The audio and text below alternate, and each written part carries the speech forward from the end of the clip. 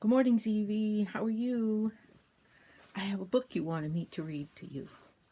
Where the Wild Things Are. Story and Pictures by Maurice Sendak.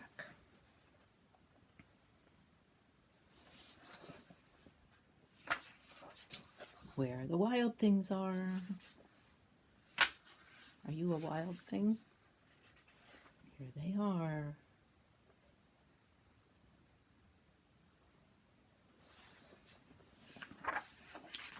The night Max wore his wolf suit and made mischief of one kind and another. Do you ever make mischief? Do you know what that word means, mischief? Mischief means you do something that maybe you shouldn't have. You chose to do something like Max chose to chase the dog. And he probably shouldn't have. So that was being mischievous. He did some mischief. And his mother called him Wild Thing. And Max said, "I'll eat you up." So he was sent to bed without eating anything. His mom was a little upset that he made some mischief, and he was upset at her. So that very night in Max's room, a forest grew. And grew. And grew until his ceiling hung with vines and the walls became the world all around.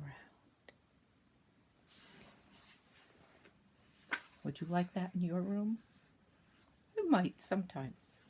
And an ocean tumbled by with a private boat for Max, and he sailed off through night and day.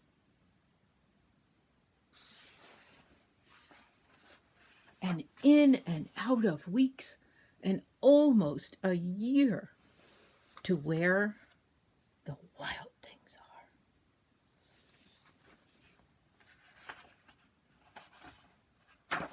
Let's look at him. See, here he is here. I think he looks a little scared at the moment.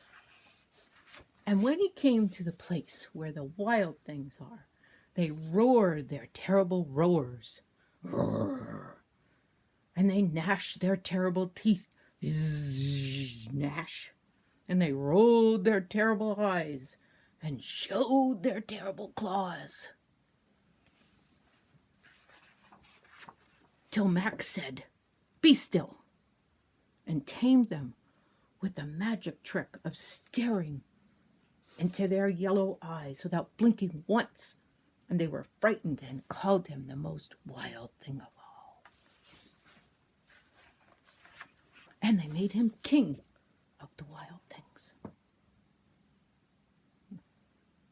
Let's see, this is a big book. It's hard to get the picture in. Let's see. There he is. There he is, king. "And now," cried Max. What did he cry? "Let the wild rumpus start." There they are.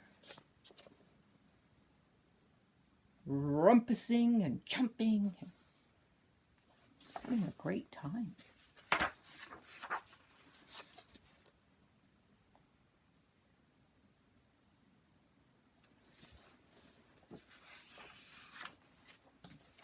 Looks like a parade.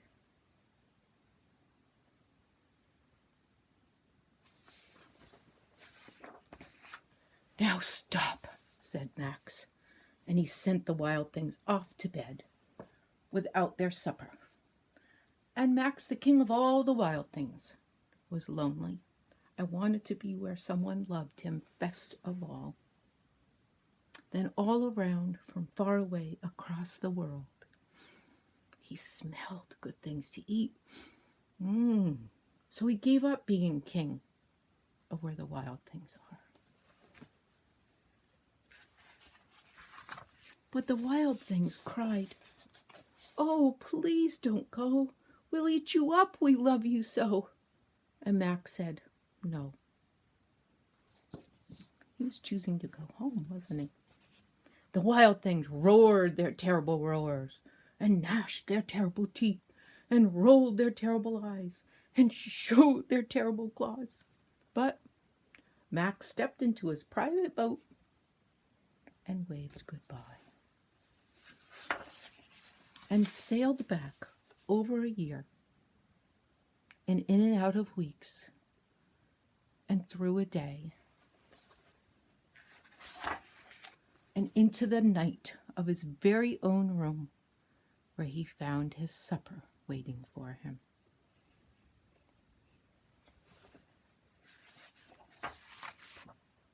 And it was still hot. The end. Good night, wild thing.